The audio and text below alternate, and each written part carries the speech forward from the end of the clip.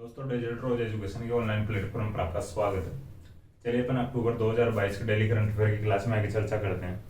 देखिए सबसे पहले बात करेंगे डीवाई चंद्रचूड़ की। देखिए डीवाई चंद्रचूड़ हाल ही में चर्चा में कि देश के जो 49वें सीजीआई है जस्टिस यू ललित वो 8 नवंबर को रिटायर्ड हो रहे हैं, यानी सेवानिवृत्त हो रहे हैं। तो उन्होंने अपने उत्तराधिकारी के रूप में तो नाम की सिफारिश की है, वह है डीवाई चंद्रचूड़, धनंजय वाई चंद्रचूड़। इनका नाम पूरा धनंजय वाई चंद्रचूड़। देखिए जस्टिस यू ललित ने सिफारिश की है कि भाई अगला उत्तराधिकारी मेरा होना चाहिए भाई डीवाई चंद्रचूड़। तो ये अपनी योग्यता या वरीयता के आधार पर डीवाई चंद्रचूड़ होंगे अगले सीजीआई भारत के। अगर ये सीजीआई बनते हैं तो 50वें सीजीआई होंगे। ठीक है, देखिए यू ललित का जो कार्यकाल है वो 8 नवंबर को समाप्त हो रहा है, वे सेवानिवृत्त होंगे। तो 9 नवंबर से डीवाई चंद्रचूड़ सीजीआई हो सकते हैं अगर बनाए जाते हैं तो। हालांकि वरीयता के आधार पर डीवाई चंद्रचूड़ ही बनाए जाएंगे। देखिए 10 नवंबर 2024 तक इनका कार्यकाल रहेगा डीवाई चंद्रचूड़ का। धनंजय वाई चंद्रचूड़ इनका पूरा नाम है। 10 नवंबर 2024 तक इनका कार्यकाल रहेगा। देखिए 23 मई 2016 को सुप्रीम कोर्ट के न्यायाधीश बने थे डीवाई चंद्रचूड़। ठीक है, धनंजय वाई चंद्रचूड़ 23 मई 2016 को सुप्रीम कोर्ट के न्यायाधीश बने थे। 2000 में बॉम्बे हाई कोर्ट के न्यायाधीश बने थे और 2013 में इलाहाबाद हाई कोर्ट के मुख्य न्यायाधीश या सीजे बने थे। ठीक है, डीवाई चंद्रचूड़ के बारे में मैं आपको बता दिया कि जो 23 मई 2016 को सुप्रीम कोर्ट के न्यायाधीश बने थे, 2000 में यानी सन 2000 में बॉम्बे हाई कोर्ट के न्यायाधीश बने थे और 2013 में इलाहाबाद हाई कोर्ट के मुख्य न्यायाधीश या सीजे बने थे। ठीक है, ये 50वें सीजीआई होंगे भारत के अगर ये बनाए जाते हैं तो। 9 नवंबर को यानी 8 नवंबर को सेवानिवृत्त हो रहे हैं जस्टिस यू ललित। तो डीवाई चंद्रचूड़ के बारे में अपन ने देख लिया। देखिए इनके पिता वाई वी चंद्रचूड़ थे। ठीक है, तो इनके पिता भी सीजीआई रह चुके हैं भारत के। देखिए सबसे लंबे समय तक जो सीजीआई रहे थे तो डीवाई यानी वाई वी चंद्रचूड़ थे, यशवंत विष्णु चंद्रचूड़। देखिए इनका जो पूरा नाम है धनंजय वाई चंद्रचूड़ है। ये वाई का मतलब है इनके पिता का नाम यशवंत, तो उधर इनके पिता का नाम था वाई वी चंद्रचूड़। तो वाई वी चंद्रचूड़ का नाम था पूरा यशवंत विष्णु चंद्रचूड़। अब उनके जो विष्णु लगा हुआ शायद हो सकता है उनके पिता का नाम हो सकता है, भाई वाई वी चंद्रचूड़ के पिता का नाम हो सकता है विष्णु। तो इस प्रकार से वाई वी चंद्रचूड़ का पूरा नाम है यशवंत विष्णु चंद्रचूड़ और जो डीवाई चंद्रचूड़ का है धनंजय वाई चंद्रचूड़।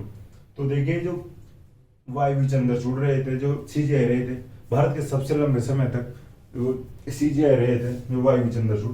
22 फरवरी 1978 से 11 जुलाई जो 1985 तक वो सीजीआई रहे थे भारत के, जो वाई वी चंद्रचूड़ रहे थे।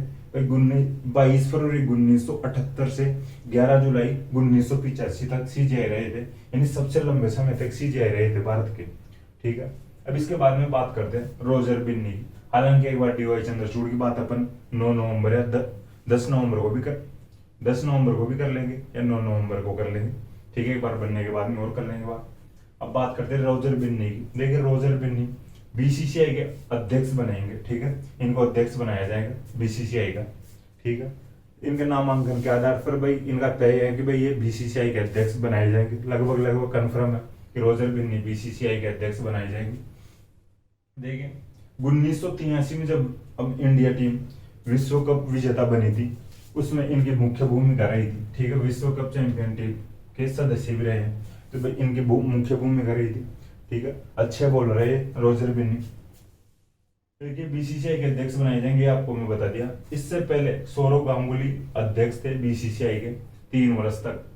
ठीक है, भारतीय क्रिकेट कंट्रोल बोर्ड। ठीक है, तो ये बीसीसीआई की फुल फॉर्म है हिंदी में भारतीय क्रिकेट कंट्रोल बोर्ड। ठीक है, इसका जो सचिव है तो जय शाह है भाई, जय शाह अमित शाह का लड़का है, अमित शाह का बेटा है जय शाह। उपाध्यक्ष है राजीव शुक्ला बनाए जाएंगे, जो कांग्रेस से राज्यसभा के सदस्य है वर्तमान में। ठीक है, राजीव शुक्ला उपाध्यक्ष बनेंगे, राजीव शुक्ला जो कांग्रेस से राज्यसभा के सदस्य हैं। देखिए आईपीएल के चेयरमैन भी जो अरुण धूमल बनाए जाएंगे। देखिए अरुण धूमल जो अनुराग ठाकुर के भाई है, अरुण धूमल जो अनुराग ठाकुर है केंद्रीय खेल मंत्री है।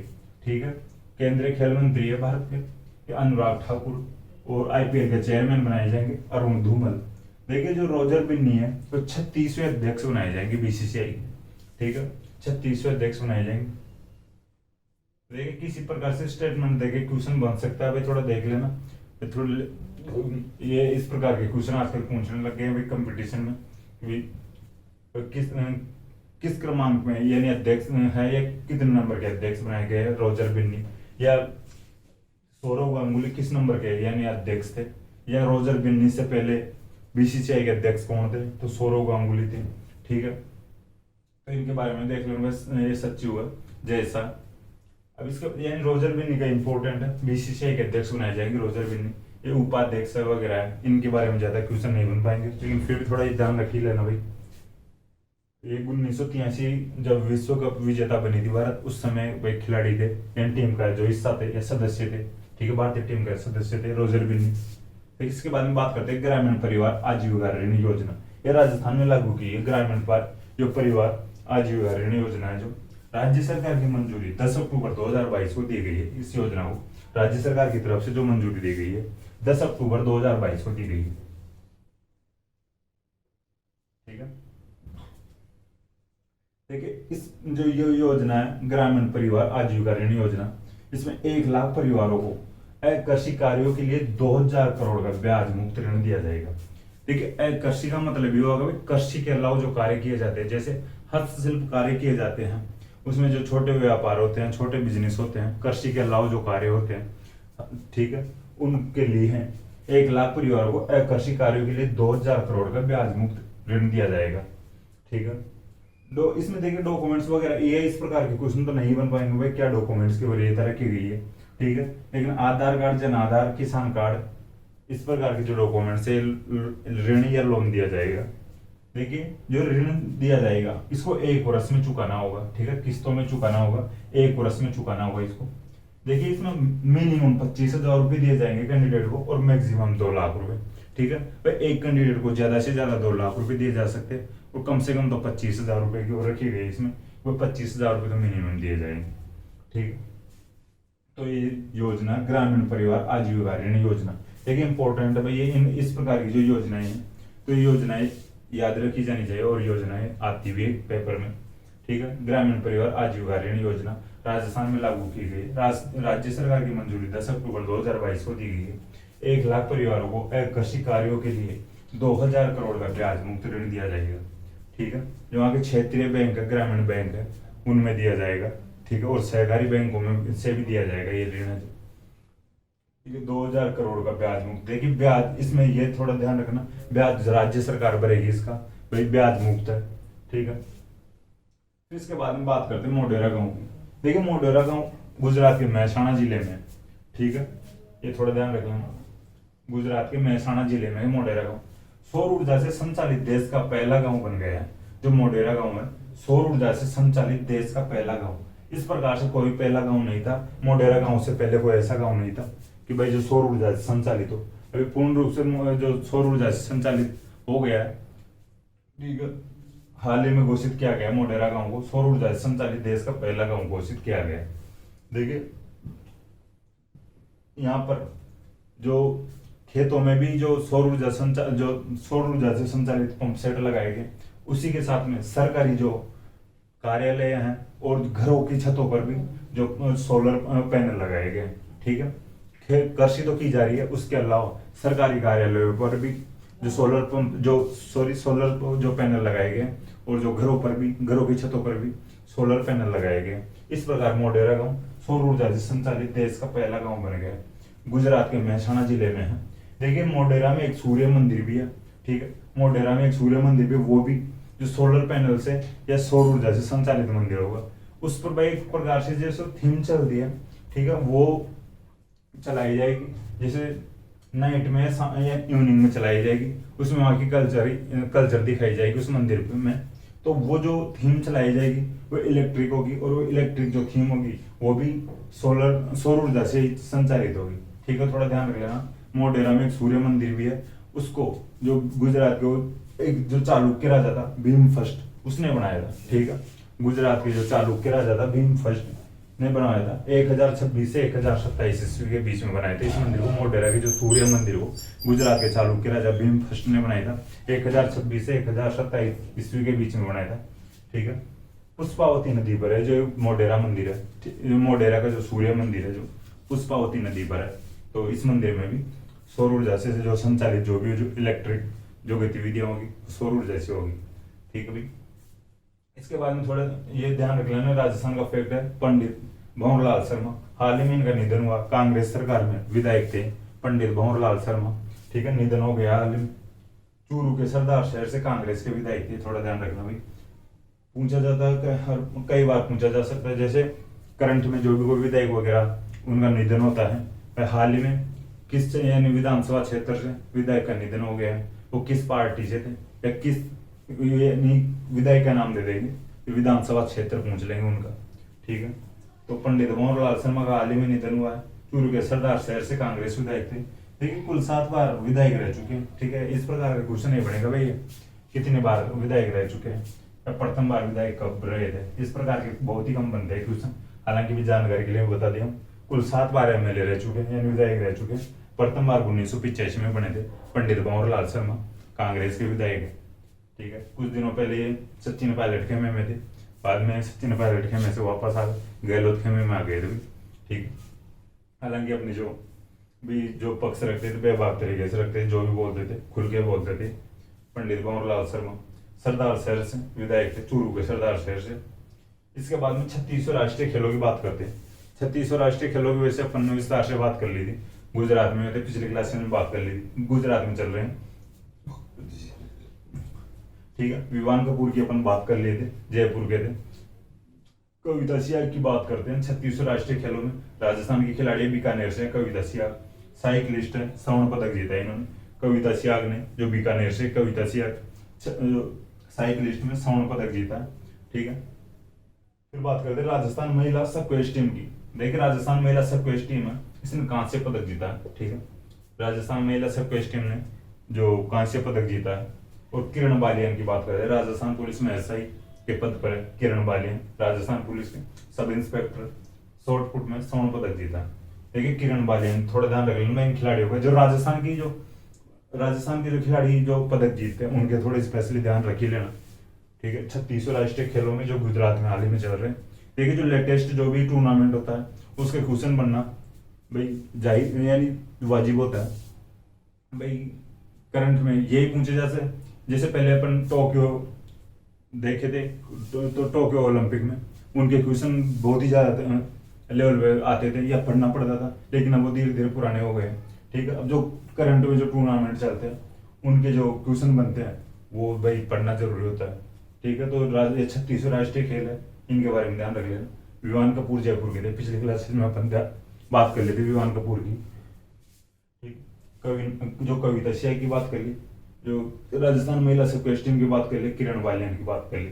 एक बार रिपीट कर लेते पूरे सभी को, ठीक है। डीवाई चंद्रचूड़ की बात किए थे, जस्टिस यू ललित ने अपने उत्तराधिकारी के रूप में सिफारिश की इनके नाम की, धनंजय वाई चंद्रचूड़ की। 50वें सीजीआई होंगे अगर इनको बनाया जाता है तो 10 नवंबर 2024 तक इनका कार्यकाल रहेगा। 23 मई 2016 को सुप्रीम कोर्ट के न्यायाधीश बने थे, ठीक है। ये और देख लेना।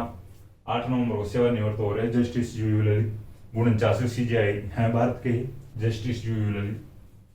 इसके बाद में बात करते हैं रोजर बिन्नी। हालांकि देखिए अपन ने डीवाई चंद्रचूड़ के साथ में इनके पिता की बात की थी, वाई वी चंद्रचूड़ की, सबसे लंबे समय तक भारत के सीजीआई रहे हैं वो। अब इसके बाद में रोजर बिन्नी की बात कर रहे थे अपन, बीसीसीआई के अध्यक्ष बनाए जाएंगे रोजर बिन्नी।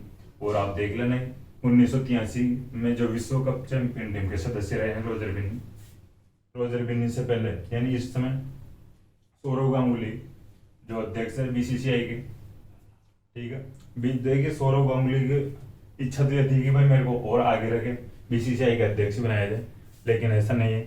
उस समय बंगाल में चुनाव थे तो इसलिए सौरव गांगुली को बना दिया गया था भाई बीजेपी को कुछ हेल्प मिल जाएगी यानी वोट बैंक में, लेकिन उस समय शायद वो बीमार भी हो गए थे और इतनी कोई हेल्प भी नहीं मिल पाएगी।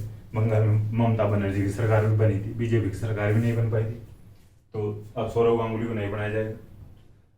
हालांकि सौरव गांगुली को बताया गया था कि आप आईपीएल के चेयरमैन बन सकते हैं, लेकिन सौरव गांगुली क्यों बात खराब कराई खुद भाई मैं डिमोशन थोड़ी ना करवाऊंगा मेरा। भाई पहले इस बीसीसीआई के अध्यक्ष पद पे रह लिया, आईपीएल के जो पद पे थोड़ी ना होऊंगा, चेयरमैन के पद पे तो मना कर दिया सौरव गांगुली। फिर आईपीएल के चेयरमैन के रूप में अरुण धूमल को नामित किया गया है। हालांकि इनका जो इन्होंने नामांकन तो कर दिया भाई सभी ने। हालांकि जिन्होंने नामांकन भरा उनका जो बनना यानी पद पर अध्यक्ष चेयरमैन वगैरह बनना तय है। ठीक है। ग्रामीण परिवार आजीविका ऋण योजना की बात कर रहे थे अपन। राज्य सरकार की मंजूरी 10 अक्टूबर 2022 को दे दी गई। 1 लाख परिवारों को कृषि कार्य, देखिए अकृषि कार्य भाई, यानी कृषि के अलावा जो कार्य होते हैं, हालांकि छोटा मोटा कृषि कार्य भी आ जाएंगे इनमें भाई। कृषि कार्य करने के साथ साथ जो और कोई यानी खुद का जो काम करते हैं, हस्तशिल्प से जो संबंधित कार्य करते हैं, उनको ये लोन मिल जाएगा। कृषि कार्यों के लिए 2,000 करोड़ का ब्याज मुक्त ऋण दिया जाएगा राज्य सरकार द्वारा। मिनिमम 25,000 रुपये और जो मैक्सिमम 2 लाख रुपए दिए जाएंगे। लिख दिया हूँ मैं यहाँ पे। मोढेरा गांव की बात की थी अपन, मेहसाणा जिला में है, गुजरात के मेहसाणा में है मोढेरा गांव। सौर ऊर्जा से संचालित देश का पहला गांव बन गया है। ठीक है। पंडित भंवरलाल शर्मा की बात की है, हाल ही में इनका निधन हो गया। चूरू के सरदार शहर से विधायक थे कांग्रेस पार्टी से। ठीक है। छत्तीसगढ़ राष्ट्रीय खेलों की बात की थी, कविता सियाल जो बीकानेर से साइकिलिस्ट में स्वर्ण पदक जीता। राजस्थान महिला सबक्वेस्ट टीम ने कांस्य पदक जीता। किरण बालियान जो राजस्थान पुलिस में सब इंस्पेक्टर है, इन्होंने शॉर्ट पुट में स्वर्ण पदक जीता है। ठीक है। इसके बाद में जो पिछली क्लासेस में क्वेश्चन देता हूँ उनके आंसर लिख देता हूँ। देखिए फर्स्ट क्वेश्चन था, रूड़ा की स्थापना किस वर्ष की गई थी।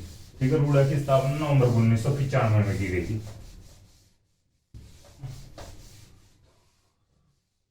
ठीक है। रूड़ा की स्थापना नवंबर 1995 में की गई थी। देखिए रूड़ा जो काम करती है लघु खनिजों पर,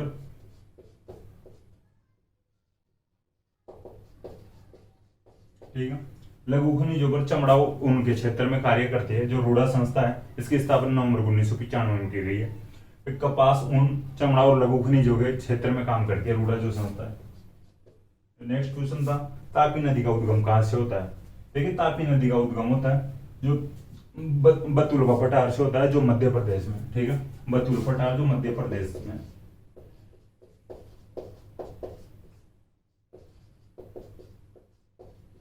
ठीक है। तापी नदी का उद्गम बतुल पठार जो मध्य प्रदेश से होता है, खंबात की खाड़ी में गिरती है। ठीक है। खंबात की खाड़ी में गिरती है तापी नदी। देखिए गुजरात का जो सूरत शहर है जो तापी नदी के किनारे पर बसा हुआ है। ठीक है। बतुल के पठार से तापी नदी का उद्गम होता है जो मध्य प्रदेश में और खंबात की खाड़ी में गिरती है। गुजरात का जो सूरत शहर है जो तापी नदी के किनारे पर बसा हुआ है। तो नेक्स्ट क्वेश्चन था, मौर्य नृत्य किस जनजाति का नृत्य है। ठीक है। मौर्य नृत्य किस जनजाति का नृत्य है। एक गरासिया जनजाति का नृत्य है। देखिए जो मौर्य नृत्य है गरासिया जनजाति का नृत्य है और विवाह के अवसर पर पुरुषों के द्वारा किया जाता है। ठीक है। गरासिया नृत्य विवाह के अवसर पर या शादी विवाहों के अवसर पर पुरुषों द्वारा किया जाता है। गरासिया जनजाति का नृत्य मौर्य नृत्य। जो नेक्स्ट क्वेश्चन था, शांति का नोबेल पुरस्कार 2022 व्यक्तिगत रूप से किसे दिया गया। ठीक है। व्यक्तिगत रूप से किसे दिया गया। हालांकि इसके साथ जो व्यक्तिगत के साथ इन 2 संगठनों को दिया गया था, लेकिन अपना क्वेश्चन व्यक्तिगत रूप से किसे दिया गया। देखिए जो शांति का नोबेल पुरस्कार जो दिया गया, जो एल.एस. बालियात्सी को दिया गया।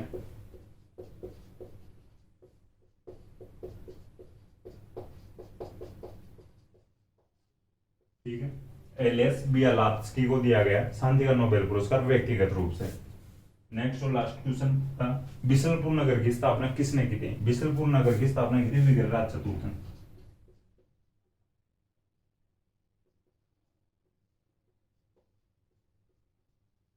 ठीक है। विग्रहराज चतुर्थ ने बिशनपुर नगर बसाया था। तो 5 क्वेश्चन तो मैं इनका आंसर लिख दिया हूँ। अब नेक्स्ट क्वेश्चन है, हाल ही में यूपी के किस मुख्यमंत्री का निधन हुआ है।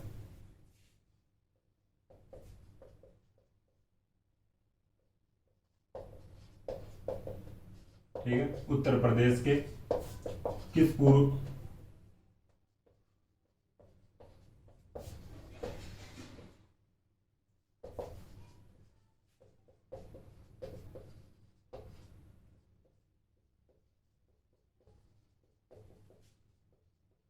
ठीक है। हाल ही में उत्तर प्रदेश के किस पूर्व मुख्यमंत्री का निधन हुआ है। जो नेक्स्ट क्वेश्चन है, इन्वेस्टर समिट 2022 का जो आयोजन कहां पर हुआ है।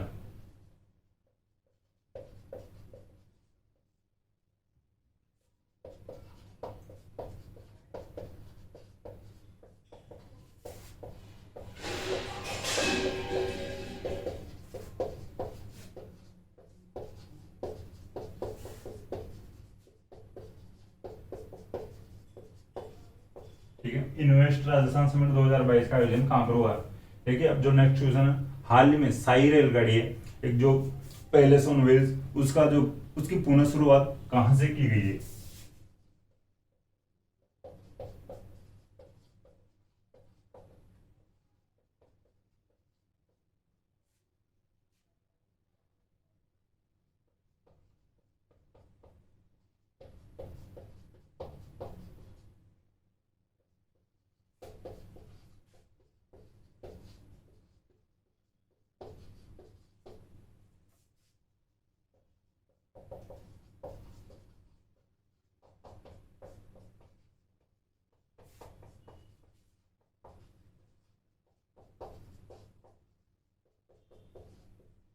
ठीक है। जो नेक्स्ट क्वेश्चन है, राजस्थान के किस राजा के बारे में कहा जाता है कि उनके अंतिम संस्कार या दाह संस्कार में पशु पक्षी जलकर मर गए थे?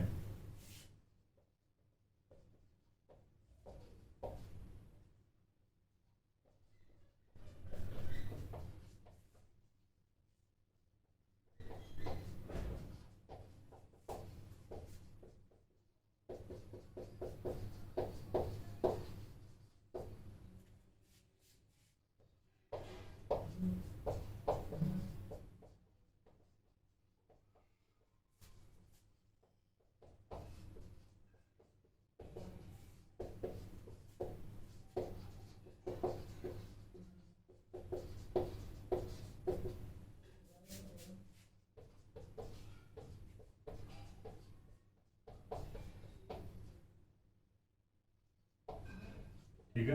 राजस्थान के किस राजा के बारे में कहा जाता है कि उनके दाह संस्कार या अंतिम संस्कार में पशु पक्षी जलकर मर गए थे? ठीक है। नेक्स्ट और लास्ट क्वेश्चन है,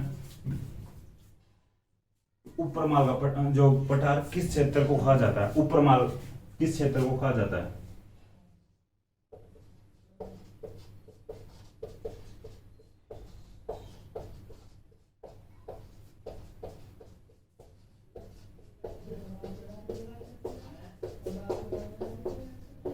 ठीक है। उपरमाल किस क्षेत्र को कहा जाता है? ये 5 क्वेश्चन है। पिछले 5 क्वेश्चन के जो आंसर थे मैं यहाँ पे लिख दिया हूँ, और जो नेक्स्ट क्वेश्चन है वो यहाँ पे। अब जो इनके आंसर तो कमेंट बॉक्स में देना। दोस्तों मुझे आशा है कि क्लास आपको पसंद आई। अगर क्लास आपको पसंद आए तो क्लास को लाइक करें, कमेंट करें, अपने दोस्तों को खास शेयर करें। थैंक यू दोस्तों।